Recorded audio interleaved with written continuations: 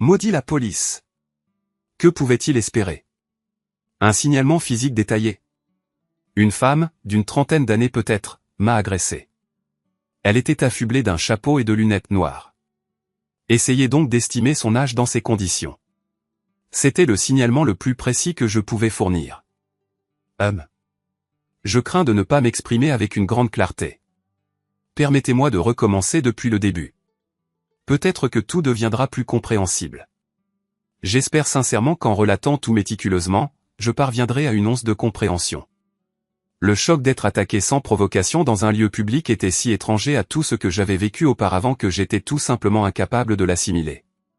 Quelques heures à peine auparavant, je nageais en plein bonheur. Je possédais une vie que j'adorais, une maison magnifique, des comptes bancaires bien garnis et un mari qui vénérait la terre que je foulais. Cependant, ce n'était pas la seule raison pour laquelle je rayonnais de bonheur en quittant le bureau à la fin de ma journée de travail, ce lundi. La véritable raison était considérablement plus intime. Mon mari était en déplacement professionnel pour la semaine, et j'avais rendez-vous avec mon amant, Jonas, dès que je serais rentré et que je me serais préparé. John était arrivé dans ma vie assez récemment, et il me transportait dans des sphères de plaisir auxquelles qu'aucun homme n'avait jamais atteint auparavant. Par conséquent, je sautillais presque, souriant largement en me dirigeant vers ma voiture sur le parking du bureau. J'étais à peine arrivé que je sentis une main sur mon épaule. Je me suis retourné, espérant naïvement que ce soit John, pour ne voir qu'un point fonçant droit sur mon visage. J'ai à peine aperçu un visage féminin furieux derrière le cou avant qu'un cri aigu de douleur ne s'échappe de mes lèvres. Je crois que l'instinct a pris le dessus. Je me suis effondré au sol et me suis recroquevillé en position fétale, laissant la femme, qui n'a pas prononcé un seul mot, me donner des coups de pied dans le dos. Elle a dû finir par se lasser, car le souvenir suivant que j'ai est son départ. Pétrifié qu'elle ne revienne, j'ai contacté les services d'urgence. L'ambulance m'a emmené à l'hôpital, où j'ai sombré dans un état de conscience fluctuante pendant un court moment. Étant arrivé avant le pic de la soirée, j'ai été pris en charge rapidement. Mis à part une lèvre lacérée et quelques contusions, j'étais indemne. Après une vague recommandation de surveiller les signes d'une commotion cérébrale tardive et une suggestion d'appliquer de la glace sur les ecchymoses, ils m'ont autorisé à rentrer chez moi. La police m'a interrogé dans la salle d'attente après que le personnel médical ait terminé son examen.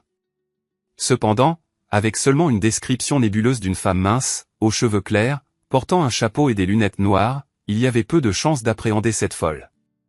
Je ne pouvais même pas déterminer si elle était blonde naturelle, et encore moins élucider un motif quelconque à cette agression. J'ai demandé s'ils pouvaient me ramener à ma voiture, mais ils m'ont expliqué que c'était contraire au règlement. J'ai essayé d'esquisser un de mes sourires féminins désarmants, mais cela exacerbait excessivement la douleur à ma lèvre. J'ai essayé de contacter John pour lui demander de venir me chercher et d'annuler notre rendez-vous galant du soir, mais il n'a pas répondu, je n'ai donc pas eu d'autre choix que d'appeler un taxi.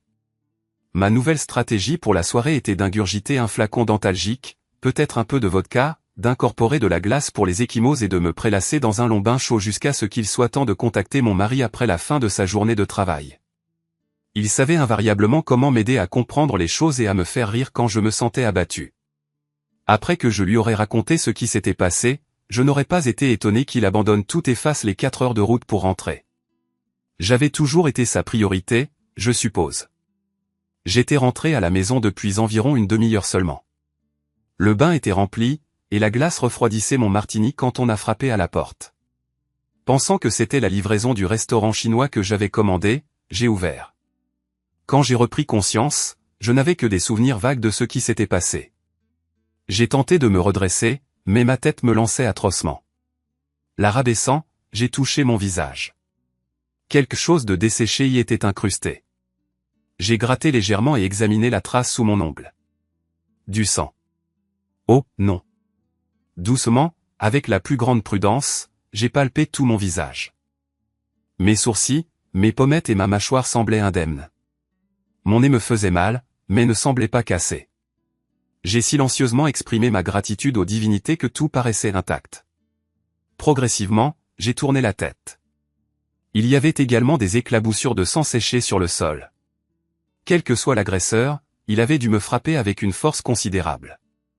J'ai persisté dans mon inspection.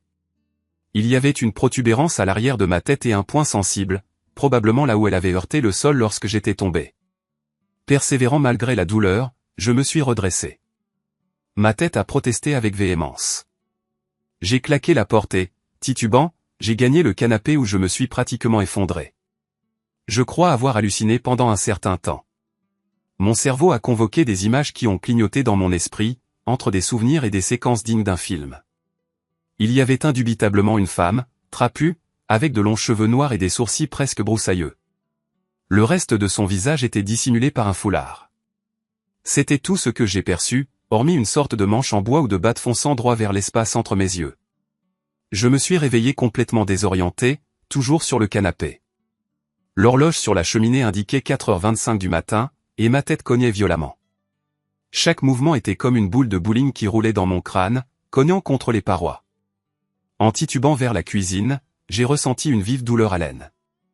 Quelle que soit cette sorcière, elle a dû me donner un coup de botte en plein dans l'entrejambe, à en juger par la douleur qu'elle avait infligée à l'intérieur de ma cuisse. J'ai avalé 2 analgésiques et, toujours chancelante, j'ai traîné les pieds vers la salle de bain.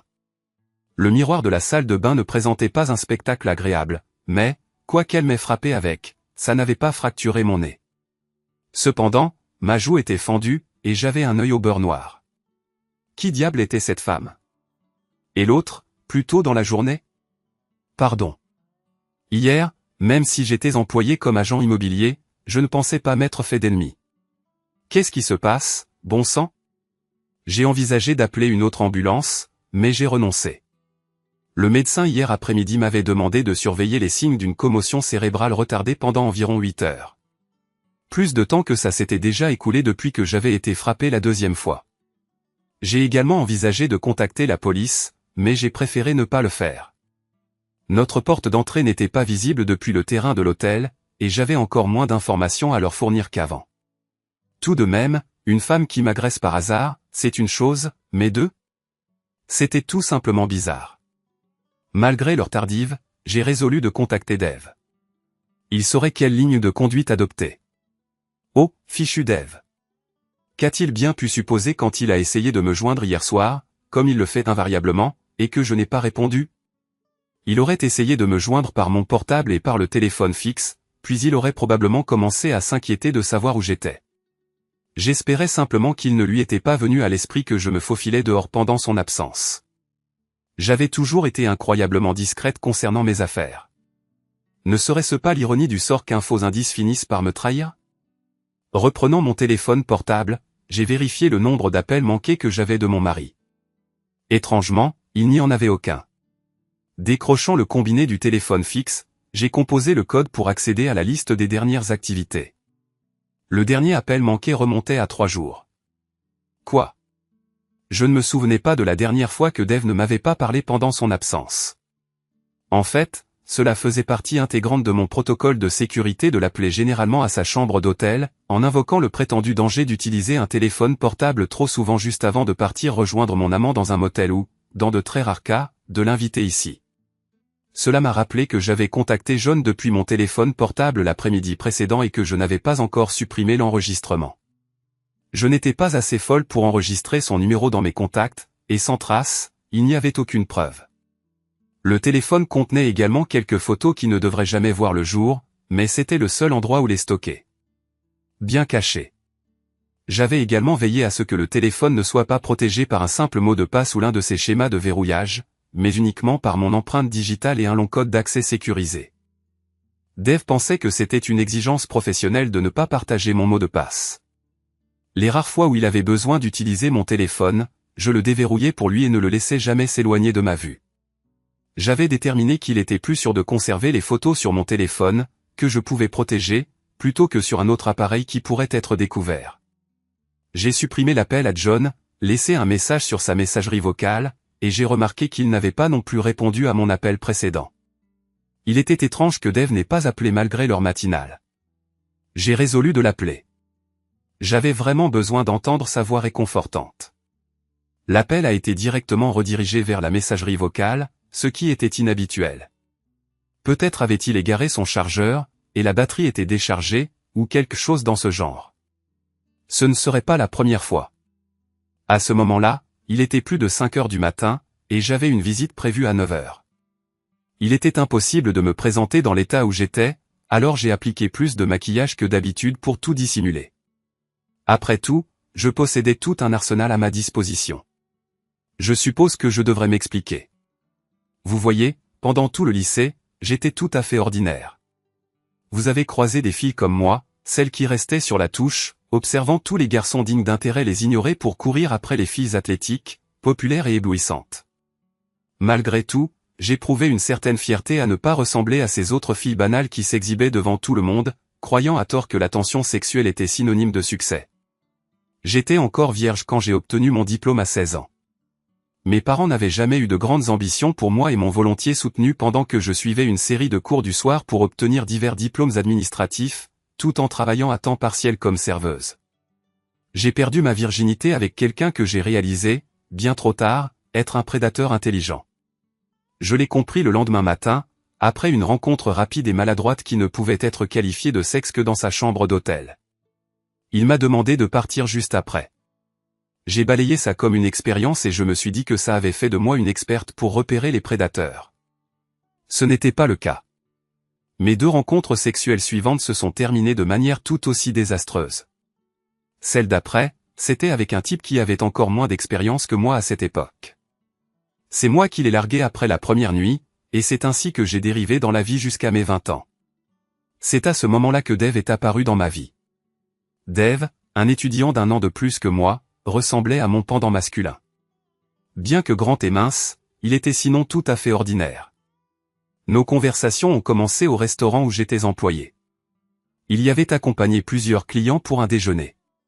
Suite à notre première rencontre, j'ai glané suffisamment d'informations pour le reconnaître comme un homme possédant une trajectoire de carrière bien définie et la détermination de la mener à bien.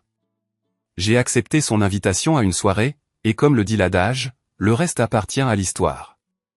Environ 2 semaines après notre rencontre, nous avons eu des relations sexuelles, une expérience marquée par la maladresse en raison de notre inexpérience commune.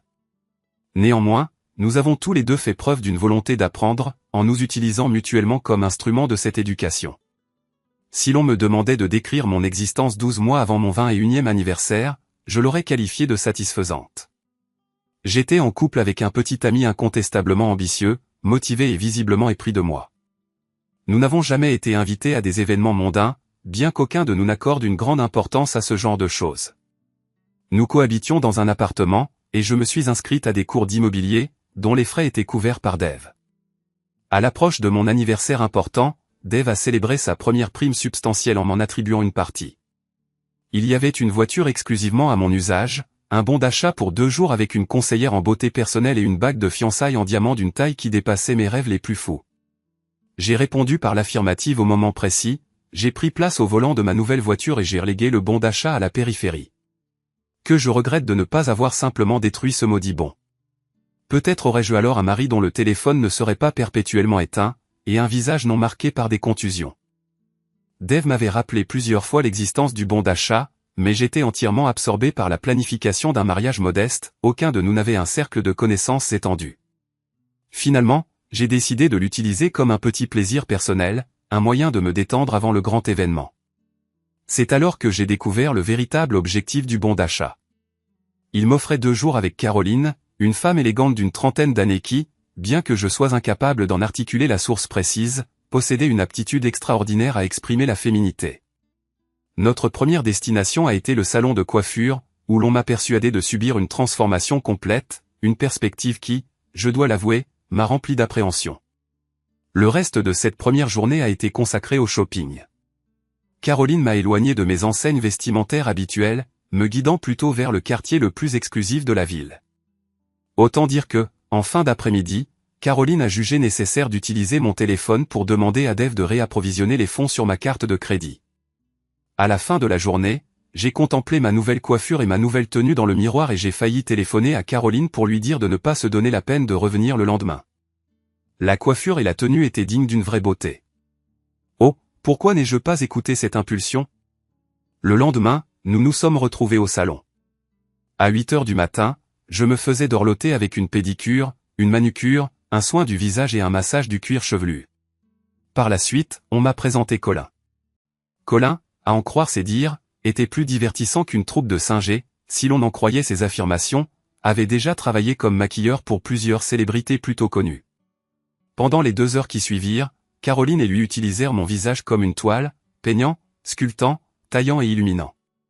Cela impliquait de nombreux passages d'essuyage et de réapplication. Il m'était interdit de me regarder dans le miroir jusqu'à ce qu'ils finissent par me déclarer parfaite. En me levant et en contemplant mon reflet, j'ai instinctivement reculé. C'est alors que le véritable génie de Caroline s'est manifesté. La coiffure et les vêtements qui avaient semblé incongrus la veille encadraient désormais un visage que j'étais obligé de reconnaître comme beau. J'étais incrédule. La transformation était époustouflante. Caroline fut contrainte de m'extraire de mon auto-admiration pour une conférence de 2 heures de Colin, qui affirmait qu'il n'avait fait que dévoiler le chef-d'œuvre inhérent que j'étais. Je leur exprimai ma profonde gratitude à Caroline et à lui pour ce qui ressemblait à une expérience qui allait changer ma vie. Si j'avais eu connaissance de son véritable impact, j'aurais peut-être commis un meurtre sur le champ. Dave fit un double take comique à mon arrivée à la maison, mais reprit rapidement ses esprits, m'assurant que les résultats ne faisaient que me révéler tel qu'il m'avait toujours perçu.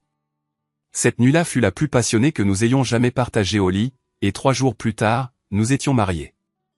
La réception et la lune de miel furent accablantes et déroutantes pour moi. Des hommes, de beaux hommes qui m'avaient auparavant ignoré, se disputaient soudain l'opportunité de danser avec moi. Je leur accordais cette faveur chaque fois que Dave ne s'y opposait pas, il admit volontiers que la danse ne figurait pas parmi ses activités préférées. Malgré toute cette nouvelle attention, il ne m'était pas encore venu à l'esprit que la dynamique avait changé. Cette prise de conscience commença lors de la livraison de notre album de photos de mariage. Je pouvais discerner que j'apparaissais absolument stupéfiante. Et pour la première fois, j'ai caressé l'idée que j'avais épousé un homme légèrement en dessous de moi. Ce fait était rendu douloureusement évident lorsqu'on nous examinait côte à côte sur les différentes photos posées. Au fond, je soupçonne que je nourris encore ce sentiment aujourd'hui, ce qui n'est ni logique ni équitable. Que avais-je réellement accompli au cours des 5 années qui ont suivi notre mariage, par rapport à Dave? Il avait créé sa propre entreprise dès le départ et était bien parti pour devenir millionnaire. J'avais tiré parti de mon apparence pour devenir un agent immobilier médiocre. Pourtant, malgré ce bilan déséquilibré, je me sentais en quelque sorte supérieur. 5 ans. Les mois qui ont suivi la révélation de mon vrai moi ont ressemblé à une seconde naissance. Je suis monté en puissance, j'ai connu la popularité, l'admiration, le sentiment de droit et, en effet, en 6 mois, j'étais devenu une femme infidèle. Pour ma défense, il s'est avéré extrêmement difficile de résister constamment à la tentation. Soudainement, mon esprit, autrefois convaincu d'habiter un corps valant peut-être 5 étoiles sur 10, était poursuivi par des hommes qui valaient de solides 9.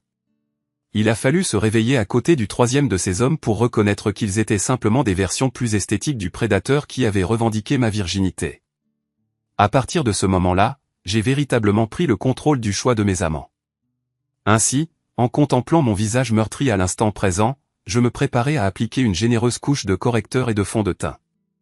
Me complaisant dans l'apitoiement sur mon sort, je tentais avec acharnement de joindre Dave à des intervalles d'environ 15 minutes, mais sans succès. Il a fallu 1h30 de superposition avant que je ne parvienne à tout dissimuler à ma satisfaction. Je ne parvenais absolument à rien, ni à contacter mon mari, ni à comprendre la conduite bizarre des 2 femmes. Je me suis préparé du café et les consommés, me sentant plus isolé que je ne l'avais été depuis des années.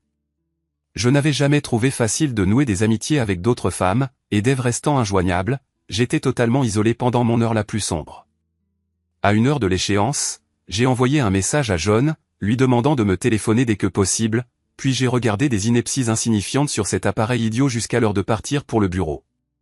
Transportant mon sac d'ordinateur portable et l'élégante mallette que Dave m'avait procurée l'année précédente à mon véhicule dans le garage indépendant, je les ai déposés sur la banquette arrière.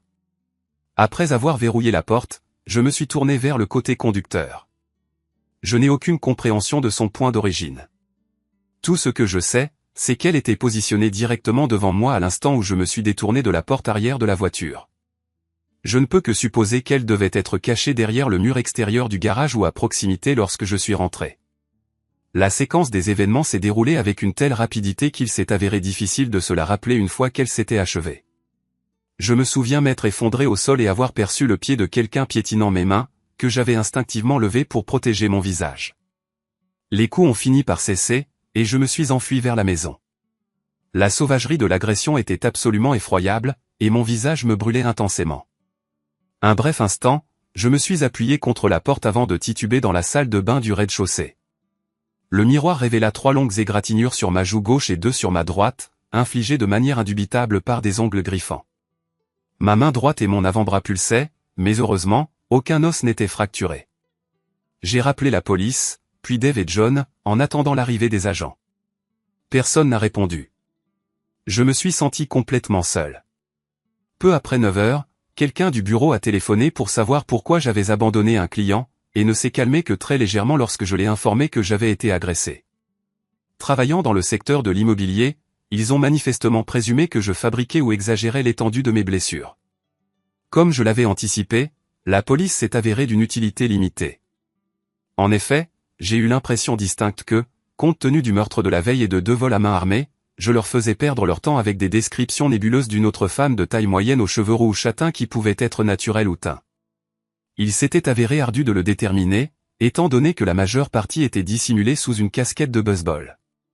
Ils ont interrogé une paire de voisins pour la forme, puis sont repartis, demandant si j'avais besoin d'une ambulance. Non, je n'avais pas besoin d'une putain d'ambulance. J'avais besoin que mon mari réponde à mon putain de téléphone pour que je puisse trouver du réconfort dans sa douce voix. Au milieu de ma totale perplexité, j'ai fermé la porte derrière les agents, je me suis dirigé vers le salon et j'ai vociféré devant la photo exposée sur la cheminée, représentant Dave et moi. La prochaine fois, tu prends ton putain de chargeur de téléphone avec toi, Dave, même si je suis obligé de te le mettre dans ton sac moi-même. Une agression perpétrée par une femme au hasard n'était pas particulièrement anormale. 2 étaient statistiquement improbables, mais 3? Cela frisait l'impossibilité. Il m'incombait de réfléchir assidûment à ce qui avait pu m'amener à engendrer autant d'adversaires. Je n'arrivais à concevoir aucune raison en cette occasion. Il n'existait pas une quantité suffisante de maquillage pour dissimuler les égratignures. Pire encore, j'étais obligé d'enlever les crèmes que j'avais déjà appliquées avec des cotons démaquillants pour pouvoir tamponner du désinfectant sur les nouvelles blessures. Qui pouvait savoir quel type de bactéries cette folle abritait sous ses ongles? Les égratignures brûlaient intensément, et le désinfectant donnait l'impression que j'avais versé de l'essence sur ma peau. La tâche était rendue encore plus ardue parce que ma main droite avait commencé à me faire mal à cause des contusions. Au moment où j'avais terminé la procédure, mon visage était rouge et taché, et la dernière agression, qui devait porter des talons ou quelque chose de similaire, à en juger par les marques distinctes sur mes bras et mes avant-bras. Une fois de plus, j'ai composé le numéro de Dave, désirant désespérément entendre sa voix, mais l'appel a été directement transféré vers sa messagerie vocale. Puis, je me suis mentalement réprimandé, j'aurais pu simplement lui envoyer un courrier électronique. Quand il le verrait, il se dépêcherait sans aucun doute de rentrer à la maison. Le problème, cependant, était que mon ordinateur portable se trouvait dans ma voiture. Je suis descendu maladroitement les escaliers, ressemblant à une femme de 90 ans. Des ecchymoses recouvrant le bas de mon dos, mes jambes et mon entrejambe se sont douloureusement manifestées, et lorsque j'ai tendu la main vers le verrou de la porte d'entrée, je n'ai tout simplement pas pu le manipuler. J'étais appréhensif quant à ce qui pouvait se cacher pour moi de l'autre côté. Je me suis grondé pour ma lâcheté. Tous ces séminaires sur l'immobilier avaient finalement porté leurs fruits. Je me suis fait un discours d'encouragement. Ce qui avait provoqué les coups restait un mystère, mais après que 3 femmes, pour une raison inexplicable, avaient déversé leur venin sur moi, quoi que ce soit, il fallait que ça cesse. Probablement une erreur sur la personne, ai-je supposé. J'ai commencé à penser logiquement. De la porte d'entrée de la maison, je pouvais observer la porte du garage, mais pas l'intérieur ni ce qui pouvait être caché derrière le mur du fond. Inversement, si je sortais par la porte de derrière, je pouvais contourner la maison furtivement et approcher le garage depuis un angle inattendu, et peut-être appréhender quelqu'un qui m'attendait. Je suis passé d'une pièce à l'autre, regardant par les fenêtres, scrutant le chemin autour de la maison jusqu'au garage. Le problème était qu'il y avait plusieurs angles morts où quelqu'un pouvait se cacher en embuscade. De plus, le jardin était extrêmement isolé. Si quelqu'un me confrontait là-bas, personne ne le verrait, et il pourrait perpétrer ce qu'il désirait sans témoin. Je n'étais pas en état de me défendre, encore moins de riposter. J'étais encore en train de contempler tout cela lorsque mon téléphone a émis sa sonnerie. Dave. Enfin. J'ai couru vers lui, ignorant les protestations de mes membres meurtris et tuméfiés. J'ai été déçu, ce n'était pas Dave. C'était mon bureau.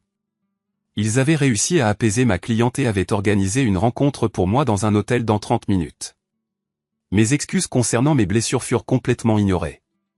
En ces temps sombres, les affaires étaient rares, et ils me firent comprendre, de manière insupportable, que si je n'étais pas capable d'y faire face, ils trouveraient quelqu'un d'autre. Salaud. Cela ne résolvait toujours pas le problème de savoir comment atteindre ma voiture en toute sécurité. Puis, une ampoule s'alluma dans mon crâne douloureux. J'appellerai un taxi, et c'est précisément ce que je fis, donnant des instructions très précises au chauffeur pour qu'il se gare au milieu de l'allée, où je pouvais tout observer depuis la maison. Quelqu'un pouvait encore être caché derrière le garage ou là et au bord de la propriété, mais avec le chauffeur de taxi comme témoin, je serais en sécurité. En attendant le taxi, je fis tout mon possible pour améliorer l'apparence de mon visage. 10 minutes plus tard, le coup de klaxon du taxi me poussa à jeter un dernier coup d'œil dehors, puis je me précipitai maladroitement vers la sécurité de la voiture. Je ne me suis vraiment détendu qu'une fois à un pâté de maison de la maison. Le chauffeur était une femme, ce qui me mettait légèrement mal à l'aise. Cependant, après qu'elle eut demandé où j'allais, elle perdit rapidement tout intérêt pour moi. 15 minutes plus tard, alors que nous approchions de ma destination, je réalisai que j'avais commis une grave erreur. Les clés de la maison étaient dans ma serviette sur la banquette arrière de ma voiture, celle qui était garée dans le garage. Si je demandais au taxi de faire demi-tour, je serais en retard d'au moins 25 minutes pour le rendez-vous, et la cliente serait probablement furieuse d'avoir été laissée en plan une deuxième fois et pourrait exiger ma tête à l'agence. Je résolus de persévérer d'une manière ou d'une autre à travers cette rencontre programmée. Je pourrais montrer à la cliente l'extérieur et affirmer qu'il y avait eu une confusion administrative avec les clés. Je perdrais très probablement la vente, mais j'espérais ne pas être licencié. J'ai composé le numéro de Dave une fois de plus juste avant que nous ne tournions dans l'allée de la propriété. Finalement, j'ai dû attendre une demi-heure cette maudite cliente. Elle est également arrivée en taxi. C'était une grande femme brune d'une trentaine d'années, plutôt attirante sans ses yeux cachés derrière des lunettes de soleil sombre. Elle tenait à la main un de ces énormes sacs à main qui semblaient être la tendance de la saison. Quand elle m'a vu, elle a jeté un coup d'œil à la feuille de papier dans sa main droite avant de la glisser dans son sac et de marcher vers moi. Elle sembla accepter mon excuse concernant la confusion avec les clés, mais parut agacée quand je lui expliquai que le mieux que je pouvais lui offrir était une promenade à l'extérieur, en regardant par les fenêtres. Heureusement, je connaissais la propriété par cœur, je n'avais donc pas besoin de me référer aux notes que j'avais laissées dans ma serviette. Au fond de moi, je savais que si cette maison ne se vendait pas rapidement, les propriétaires pourraient baisser le prix suffisamment pour que Dave et moi puissions nous la permettre. C'était un joli quartier verdoyant rempli de jeunes professionnels urbains. Dave et moi nous serions parfaitement intégrés. Nous entrâmes dans le jardin, où je lui montrai le spacieux atelier d'art, séparé de la maison principale. Après avoir terminé ma description de ses caractéristiques, je me suis dirigé vers la fenêtre de la chambre principale et j'ai jeté un coup d'œil à travers un interstice des rideaux pour vérifier la vue. Derrière moi, j'ai entendu un son étrange et déplacé. En y repensant, je le décrirais comme un bruit de cliquetis. Quand je me suis retourné, j'ai vu la cliente tenir un de ces bâtons télescopiques annoncés dans les magazines féminins pour l'autodéfense. Son visage s'était transformé, passant d'agréable à tordu de haine. Je crois qu'elle a sifflé le mot salope avant de brandir le bâton avec toute sa force, visant directement ma tête. La douleur était atroce. Lorsque le coup a frappé mes avant-bras levés à la hâte, j'ai réellement entendu un os craquer, et je pense que la femme enragée l'a entendu aussi. La colère sembla alors la quitter, et elle resta juste là à me regarder crier, baissant mon bras sous l'effet de la douleur qui me submergeait. Pourtant, elle devait encore avoir un reste de rage, car elle me frappa à nouveau, cette fois sur le côté de la tête. J'ai encaissé la majeure partie de l'impact avec mon bras non blessé, mais cela m'a quand même fait tomber au sol. La femme démente a dû partir car quand je suis sorti de ma torpeur, étendue là sur le sol, elle avait disparu, et j'étais complètement seul. Elle s'était peut-être volatilisée. Cependant, quelque chose était tombé de son sac à main quand elle a sorti le bâton. C'était la même feuille de papier que je l'avais vue ranger dans son sac à son arrivée. Elle était étendue sur le sol, face visible, une photographie d'environ 15 cm. Je suppose que c'était une image familière, une de mes préférées. J'avais toujours aimé mon apparence dessus. J'étais complètement déconcerté de savoir comment cette femme dérangée avait pu en obtenir une copie. C'était un selfie que j'avais pris environ 3 mois plus tôt. Mon téléphone était dans ma main tendue quand j'ai pris la photo. D'une manière ou d'une autre, malgré tout, j'avais encore la présence d'esprit pour appuyer sur le déclencheur, et le cadrage parfait avait été pure chance.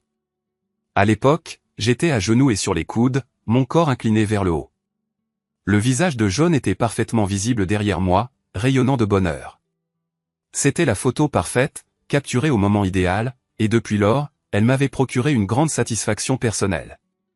Chaque fois que j'étais seul, je me souvenais de cette chambre de motel miteuse que nous avions payée en liquide, le théâtre du plaisir le plus intense que j'ai jamais connu. John et moi n'avions pas réussi à nous retrouver depuis quelques semaines, et il était excité et impatient. Il m'a jeté sur le lit, a soulevé mes hanches et s'est pressé contre moi. J'avais mon téléphone prêt à immortaliser quelques instants à garder pour plus tard.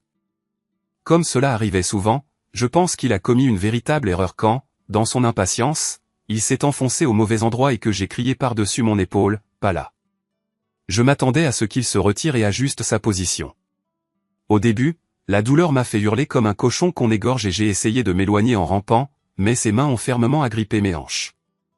La sensation d'impuissance, alors qu'il me prenait brutalement, a éveillé un désir dont j'ignorais l'existence. La douleur s'est transformée en plaisir, et j'ai atteint l'orgasme en un temps record. D'une manière ou d'une autre, j'ai réussi à prendre la photo à ce moment précis. C'était cette photo que la femme avait utilisée pour m'identifier, à en juger par sa fureur. Madame John. J'ai supposé que je n'avais jamais posé de questions à John au sujet de sa femme. Tout comme nous n'avions jamais parlé de Dave, je n'avais simplement jamais jugé important de penser à soigner mon bras blessé. Je me suis redressé en position assise. Il n'y avait pas de débat intérieur cette fois-ci quant à savoir s'il fallait appeler une ambulance. Je l'ai fait, mais pas la police. Cela ne ferait qu'exposer mes aventures, ce qui amènerait Dave à le découvrir. Et cela conduirait à quelque chose de bien pire. Comment diable la femme dérangée de John, armée d'une matraque, avait-elle mis la main sur cette photo? C'était la question qui me taraudait alors que je titubais vers la porte pour attendre l'ambulance. Je n'avais partagé cette photo avec personne, ni sur aucun autre appareil. Pas même avec John mon téléphone n'avait été piraté. C'était la même infirmière au triage à l'hôpital, et elle était sur le point d'appeler la police. Mais je l'en ai dissuadée, la convainquant qu'il s'agissait d'un accident. Elle a regardé mon bras et les égratignures sur mon visage et, visiblement, ne m'a pas cru, mais elle a respecté mes vœux malgré tout. Après que j'ai secoué la tête d'une manière catégorique lorsqu'elle a simplement demandé, « Marie », ils m'ont plâtré le bras, m'ont gavé de puissants antidouleurs, puis m'ont fourré dans un taxi. Le chauffeur a eu la gentillesse de me conduire jusqu'à ma porte d'entrée. Il a même attendu que je l'ouvre, que j'entre et que je verrouille la porte derrière moi. Malgré les instructions du médecin, j'ai avalé les antidouleurs avec un très grand verre de vodka, tout en essayant d'imaginer l'histoire que j'allais raconter à mon mari. Je lui avais déjà laissé plusieurs messages. Il serait terriblement confus et inquiet une fois qu'il aurait rechargé son téléphone et les aurait entendus. J'ai essayé de l'appeler à nouveau, sans succès, puis je me suis souvenu de mon idée de lui envoyer un courriel. Mon ordinateur portable était dans la voiture, et il faisait déjà nuit, donc il était hors de question que je risque une autre attaque juste pour le récupérer. Puis, je me suis souvenu de notre ancien ordinateur de bureau. Nous l'avions utilisé avant d'avoir tous les deux des ordinateurs portables, et Dave l'utilisait encore occasionnellement lorsqu'il voulait voir quelque chose sur un écran plus grand. Il était dans le bureau. Je l'ai allumé et suis allé me verser de la vodka.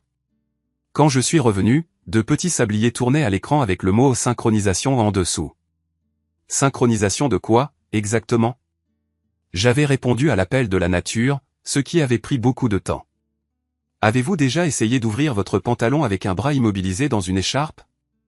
Lorsque j'ai rejoint la scène dans le bureau, l'ordinateur avait terminé sa synchronisation, et le contenu synchronisé qui s'affichait à l'écran était tout simplement consternant. En effet, cela éclairait tout. Absolument tout. L'identité de ces femmes détestables et la raison de leurs actions contre moi étaient maintenant d'une clarté aveuglante. Après les 24 heures de tumulte absolu qui venaient de s'écouler, cette réalisation était presque une source de réconfort.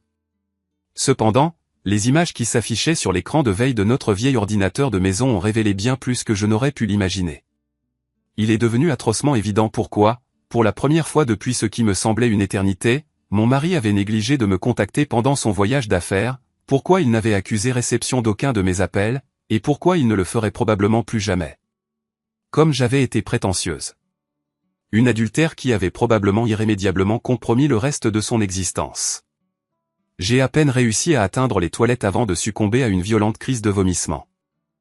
J'ai touché doucement le côté gauche sensible de mon visage, puis j'ai exploré la contusion sombre et les écorchures sur la droite, avant de sortir des toilettes pour désactiver l'écran qui affichait les photographies répugnantes et dévastatrices sur l'écran de veille d'un ordinateur que je n'utilisais presque jamais. Il affichait le contenu de mon téléphone, plus précisément les photos qui y étaient stockées. Elles défilaient sur l'écran de l'ordinateur, alternant environ toutes les 10 secondes. Étrangement, des images de maisons ou d'éléments de décoration intérieure étaient entremêlées à des photographies bien plus explicites. Je me suis souvenu que, quelques semaines auparavant, mon supérieur avait fait appel à une entreprise de technologie pour mettre à jour nos appareils mobiles. J'avais observé le technicien avec une attention soutenue pendant qu'il s'occupait du mien. À présent, il était cruellement évident qu'au moins une des modifications qu'il avait apportées avait fait transférer sur l'ordinateur de bureau les photographies que j'avais si méticuleusement dissimulées, en même temps que le reste de mon répertoire photo.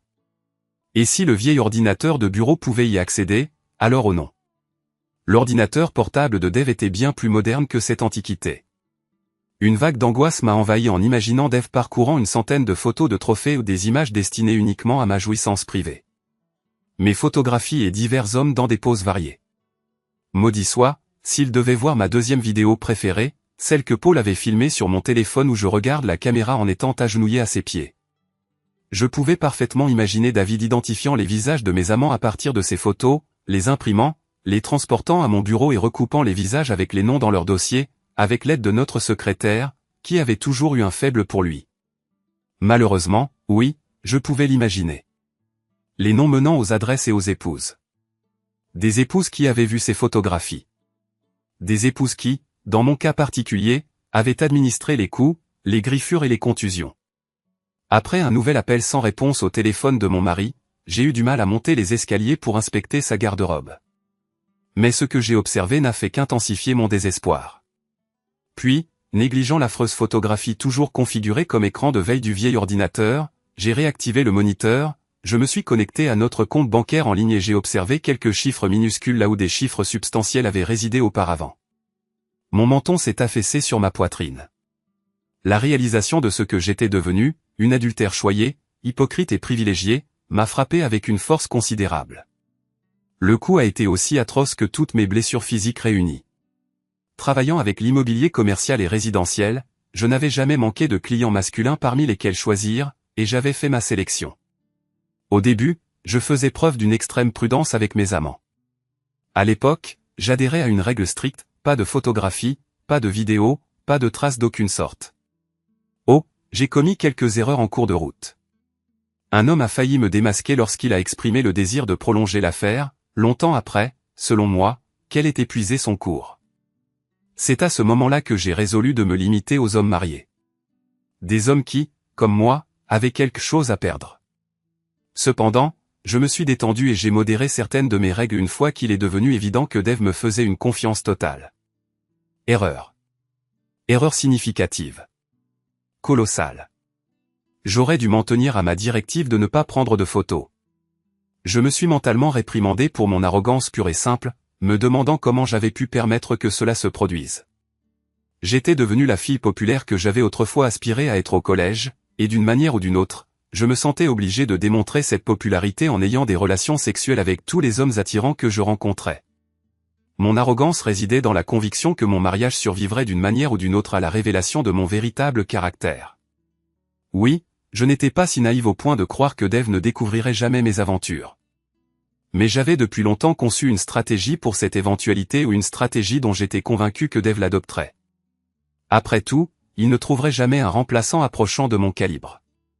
Et sûrement, en fin de compte, il me pardonnerait. Mon plan était fondé sur la présomption que Dave ne découvrirait qu'un seul amant. Je lui aurais avoué que j'avais été vulnérable cette fois-ci, qu'il avait été un séducteur habile. J'aurais pleuré. J'aurais promis que cela ne se reproduirait plus jamais.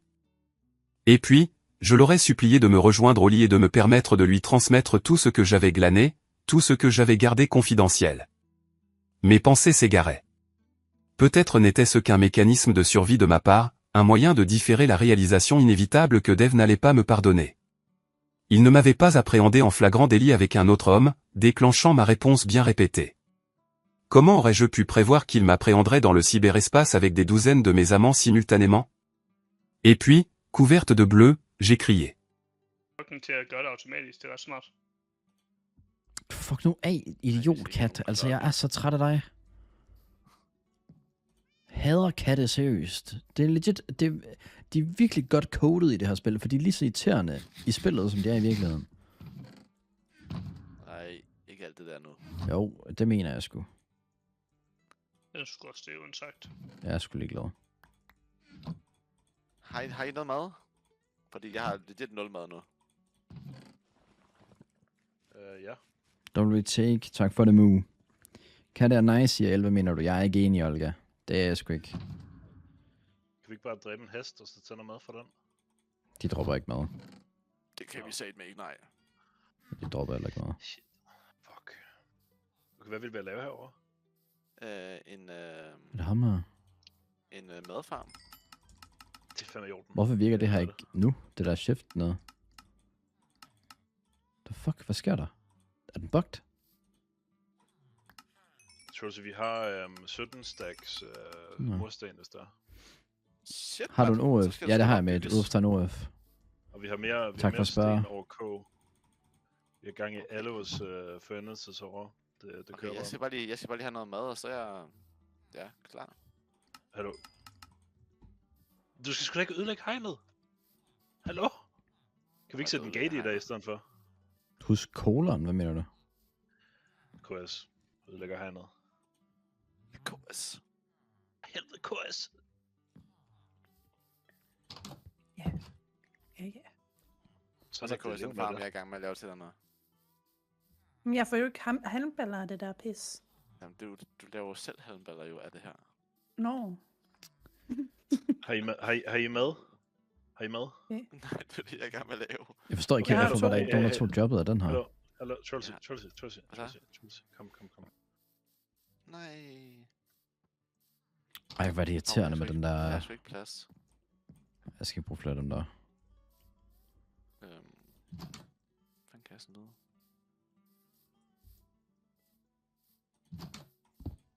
Jeg prøver lige at hoppe videre ned, så vi kan finde noget lækkert.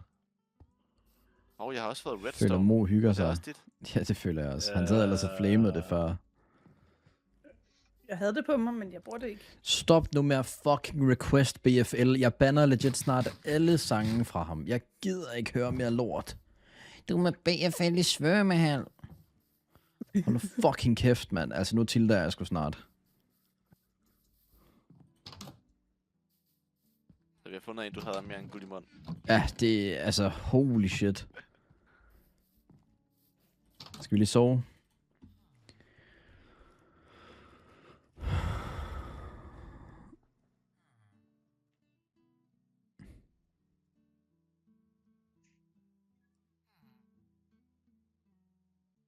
Er der ikke en af jer, der lige kan finde noget... KS, har du ikke masser af frø fra... tog du dem fra Martin af?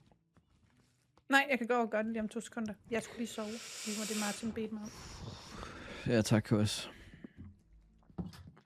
Alright. Men nu smutter jeg over og kigger.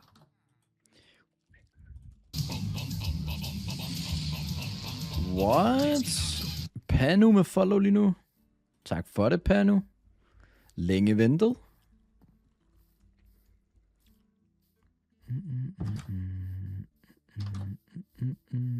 Altså, hvor fanden blev de der weed dealers af?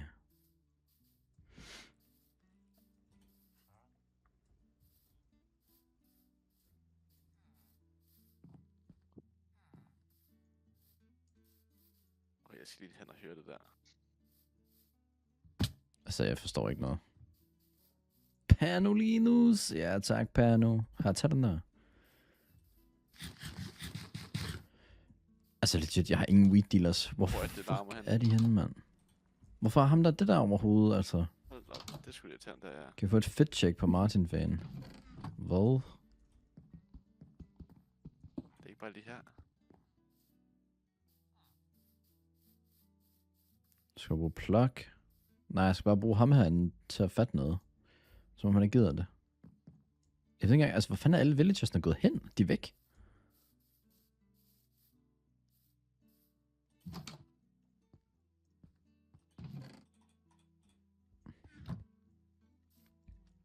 Det værste er, at jeg ved, at jeg skal bruge sådan 10 år på at løbe tilbage herfra igen.